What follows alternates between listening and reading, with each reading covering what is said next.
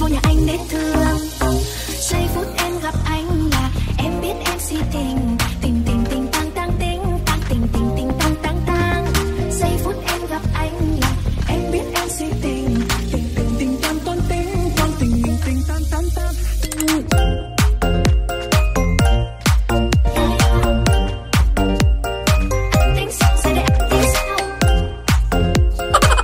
Hai guys, welcome back to my channel, Alina di USA.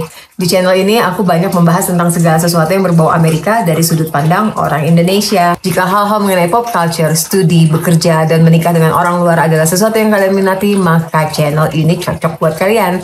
Thanks for stopping by, subscribe and like, I highly appreciate it. Thank you guys and enjoy the video.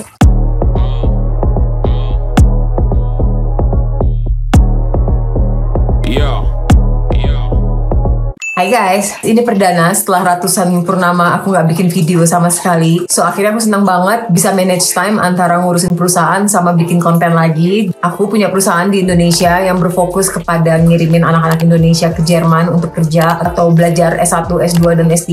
Bagi kalian yang tertarik bisa kontak IG-nya di sini. Sangat bisa dipercaya guys. Dan kalau kalian nggak puas, kalian bisa kontak aku langsung kapan saja. Kalian tahu sosmedku di mana, ya kan?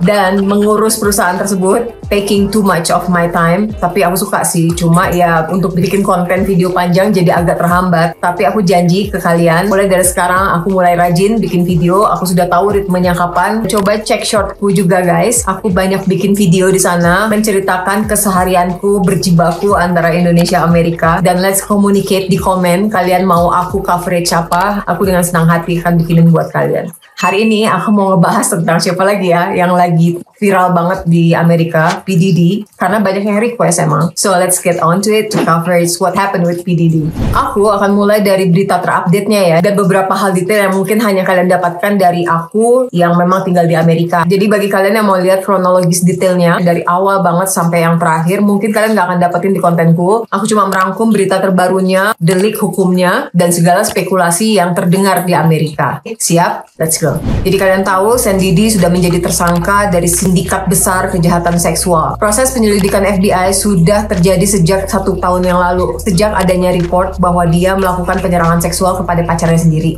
Jadi guys, kalau di Amerika tuh polisi nggak akan tinggal diam. Ketika kalian melakukan kejahatan dan berurusan langsung dengan polisi nggak akan gabut. Satu kali aja kamu berurusan dengan kejahatan kemanusiaan, apalagi kalau kamu sudah punya nama besar seperti P. Diddy kayak gitu, itu detektif polisi tuh pada kasak kusuk udah. Mereka akan mulai menelusuri sejarah hidupnya kamu. Kalau perlu, mata-matain kamu. Kembali ke kasusnya ya. Pengacaranya P. Diddy sampai detik ini masih kekeh mengaku nggak bersalah. Dia bilang mereka punya bukti dan mengatakan bahwa tuduhannya polisi dan FBI itu salah sasaran. Walaupun satu demi satu korban bermunculan dan mulai mereport kebenaran terjadinya pelecehan seksual, penyerangan secara seksual, dan kejahatan seksual lainnya yang dilakukan P. Diddy dengan bukti-bukti konkret, jadi nggak asal ngomong aja, tapi P. Diddy tetap nggak bergeming, masih menyatakan itu adalah false accusation. Seperti ini boleh dilakukan di Amerika ya. Aku pikir di Indonesia juga boleh. Ketika kamu dituduh membunuh, walaupun buktinya sudah jelas, tapi kamu tetap merasa kamu bukan pembunuhnya, itu masuk dalam hak asasi manusia untuk membela diri gitu.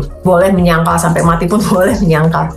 Dari banyak fakta yang sudah dikumpulkan oleh polisi dan FBI, terbukti bahwa P. Diddy ini ACDC guys. Jadi selama itu makhluk hidup, mau cewek, cowok, anak kecil, anak besar, teenagers, bapak-bapak, dia mau semua di sexual abusein sama dia dan geng-gengnya. I'm gay. Yang bikin kesel ya namanya juga pengacara ya. Pengacaranya P. Diddy ini tetap bersikukuh bahwa penggerbekan di rumahnya P. Diddy ini bener-bener overkill lah, kayak lagi ngegerbek teroris. Ini bikin keluarganya si P. Diddy trauma. Masalahnya menurut polisi dan FBI, kalau penggerbekan tidak dilakukan besar-besaran, ini orang punya kuasa, punya uang, gampang sekali dia melarikan diri dan menghilangkan bukti ya kan. Kejadian demi kejadian ini berlangsung setidaknya di 3 state, New York, Florida, dan California, tempat Diddy punya properti. Jadi orang kaya di Amerika tuh kayaknya nggak cute guys, bukan cuma sekedar punya rumah banyak, punya mobil banyak, tapi bahkan mereka punya pulau tersendiri. P. Diddy ini termasuk salah satu yang punya pulau, dan pulaunya ini hanya orang-orang tertentu yang tahu. Ini mengingatkan banget dengan kasus yang sebelumnya ya, yaitu Jeffrey Epstein. Pernah aku coverage juga, nanti kamu bisa cek di sini. Nonton deh ini, lebih gila lagi karena internasional. Nah itulah kenapa FBI turun tangan. Jadi kalau misalnya hanya terjadi di satu state saja, FBI biasanya nggak turun tangan, hanya polisi kota tersebut dan state trooper aja yang biasanya menangani kasus tersebut. You're hurting me.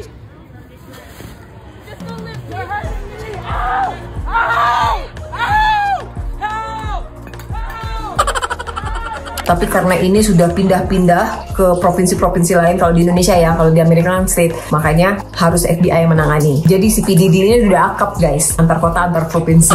Ini persis banget sama kejadiannya si Epstein. Bedanya cuma di ruang lingkup. Kalau Epstein itu politikus dan pebisnis, sementara kalau si P. Diddy ini ruang lingkupnya adalah penyanyi, specifically pop dan R&B. Ini baru 3 state saja yang kebongkar ya. Update terakhir yaitu tadi dia punya pulau. Lawsuit demi lawsuit terus berdatangan sampai per November ini. Sedikit tentang hukum Amerika. Di Amerika ini kasus yang memakan korban banyak antar kota, antar provinsi, atau dalam hal ini antar state harus ditangani oleh pemerintah nasional. Dalam hal ini adalah FBI, pemerintah federal. Lalu FBI dan jaksa penuntut umum bekerja sama untuk membangun kronologis perkara dari awal sampai akhir. Dari situ baru ketahuan tuntutan-tuntutan hukumnya seperti apa. Biasanya tuntutan hukum dari pemerintah federal lebih ringan daripada tuntutan hukum dari pemerintah state. Sementara pemerintah state biasanya menunggu dulu sampai pemerintah federal selesai gelar perkara, mengajukan tuntutan, persidangan dan segala macam sampai sudah ketuntut. Nah, berdasarkan dari hasil risetku, P. Diddy ini setidaknya akan mendapatkan hukuman 9 tahun penjara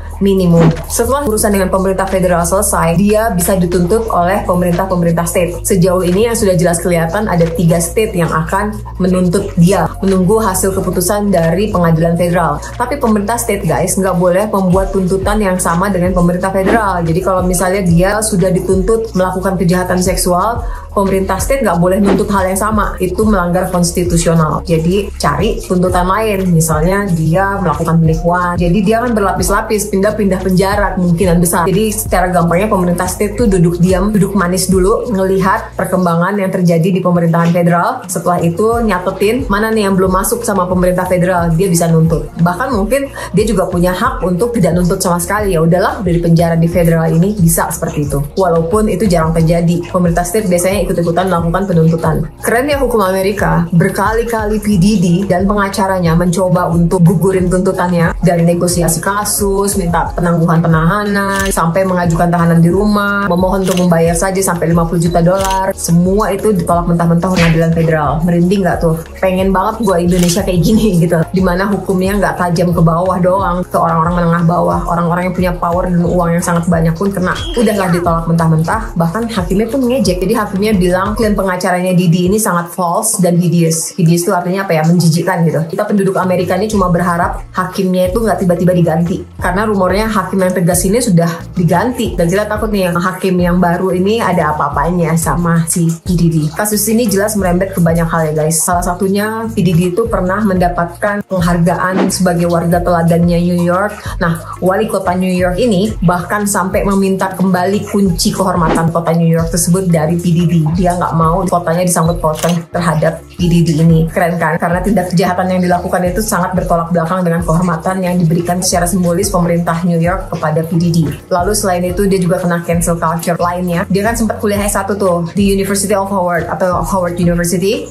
Nah, alma maternya ini ikut-ikutan bete dan malu, dan mereka berinisiatif mengembalikan uang yang diberikan P. Diddy untuk beasiswa para mahasiswa Howard University. Padahal tuh berjuta-juta. Jadi uang jutaan itu dikembalikan lagi ke P. Diddy. Jadi ibaratnya rektor dan seluruh dosennya tuh bilang, enggak, gue nggak mau dapat uang haram lu gitu ya. Sementara di dunianya dia, dunia artis dan musik, banyak banget teman-temannya yang mulai ngebersihin jejaknya, mulai nggak follow si P. Diddy. Terus kalau mereka punya sosmed yang lagi foto pelukan atau bervideo sama si P. Diddy itu dihapus. Tentang ini siapa-siapa saja artis yang involved dan segala macam, aku mungkin harus bikin video berikutnya. Kalian komen aja kalau kalian pengen tahu siapa saja sih yang ingin cuci tangan dan melarikan diri, selain yang paling obvious ya, Beyonce dan suaminya. Seperti yang sudah kalian ketahui, P. Diddy udah ditangkap di September kemarin dan dimasukkan ke penjara dengan pengawasan penjara yang 24 jam, termasuk pengawasan suicidal watch, sel penjara yang khusus untuk orang-orang yang punya kemungkinan bunuh diri. Karena biasanya orang-orang kayak gini tuh pengecut guys, ketika sudah tertangkap nggak mau nerima resiko malunya dan nggak tahan, biasanya mereka bunuh diri. Dan ini terjadi pada Epstein,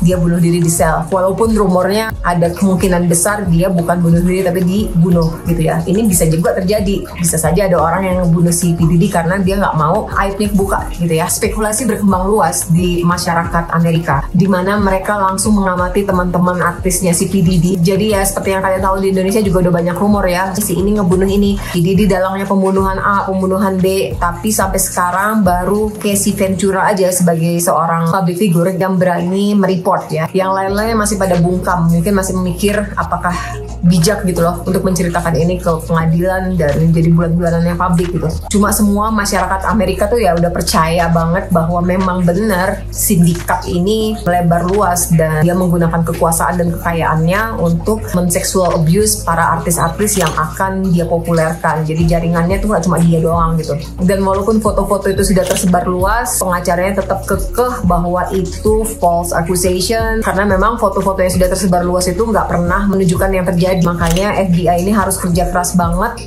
menyambungkan antara si baby oil dengan bukti yang konkret nyata. Kalau nggak, bisa saja si P. Diddy ini bebas. Jadi kita lihat saja gelar perkaranya dalam waktu dekat. Ada yang menarik di sini. Di Amerika tuh kan ya, ketika seseorang terbukti melakukan pelecehan seksual atau kejahatan grooming terhadap anak di bawah umur, orangnya langsung ditangkap guys. Sambil FBI atau polisi setempat mengumpulkan bukti-bukti yang konkret untuk menjerat dia dengan pasal-pasal yang charges. Tujuannya dia harus dipenjara sesegera mungkin untuk menyetop kerusakan lebih lanjut yang mungkin dilakukan si tersangka. Mulai dari pelecehan, kabur, mengaburkan bukti, menyuap, mengancam saksi. Makanya dia harus ditangkap dulu, diselamatkan dulu. Tapi yang aku lihat dari kejadian di Indonesia yang baru-baru ini terjadi terhadap anaknya artis Nikita Mirzani, kenapa ya tersangkanya kok nggak dipenjara? Padahal setauku ya, ini kasusnya kasus berat, grooming anak di bawah umur. Kalau di Amerika ini kasus berat ya. Visumnya pun sudah lengkap. Biasanya kalau sudah seperti itu, kalau di Amerika tanpa visum pun ada laporan bahwa ada yang meng-grooming anak di bawah umur, orang itu bisa ditangkap walaupun hanya di penjara 48 jam saja. Jadi polisinya harus cepat bergerak untuk mengumpulkan bukti-bukti. Ketika ada bukti-bukti tersebut, penjaranya jadi lebih lama sambil menunggu persidangan. Mungkin setiap negara beda-beda, cuma aku ngerasa aneh banget sih yang terjadi di Indonesia gitu ya. Gimana menurut kalian? Kalian setuju nggak bahwa kasus yang terjadi di Indonesia kasus berat, bukan cuma sekedar kasus nggak direstui sama orang tuanya seperti kata pengacaranya tersangka? Komennya di bawah ya. Karena menurutku kalau nggak segera ditangkap, si tersangka ini bisa tampering evidence, mengaburkan bukti atau doing something dengan bukti-bukti yang sudah ada kayak gitu ya, atau menggiring opini segala macam. Menurut kalian gimana? Setuju nggak? Spill sedikit ya informasi yang aku baru dapat dari suamiku. Kalian tahu Justin Timberlake dan Leonardo DiCaprio kan? Mereka berdua adalah salah satu dari sekian banyak temannya P. Diddy yang katanya sedang melarikan diri keluar dari Amerika sejak P. Diddy tertangkap dan sampai sekarang belum balik-balik ke Amerika. Ini salah satu dari segitu banyaknya rumor. Jadi karena rumornya ini banyak, harus dibikinin video berikutnya. Jika kalian setuju, komen aja di bawah ya. Untuk sementara videonya gitu dulu guys. Thank you banget sudah nonton. Komen juga kalau kalian punya ide untuk coverage yang berikutnya yang berhubungan tentang Amerika yang kalian mau aku bahas. Aku selalu usahakan balesin komen kalian guys. Thank you so much and I'll see you on my next video. Bye bye.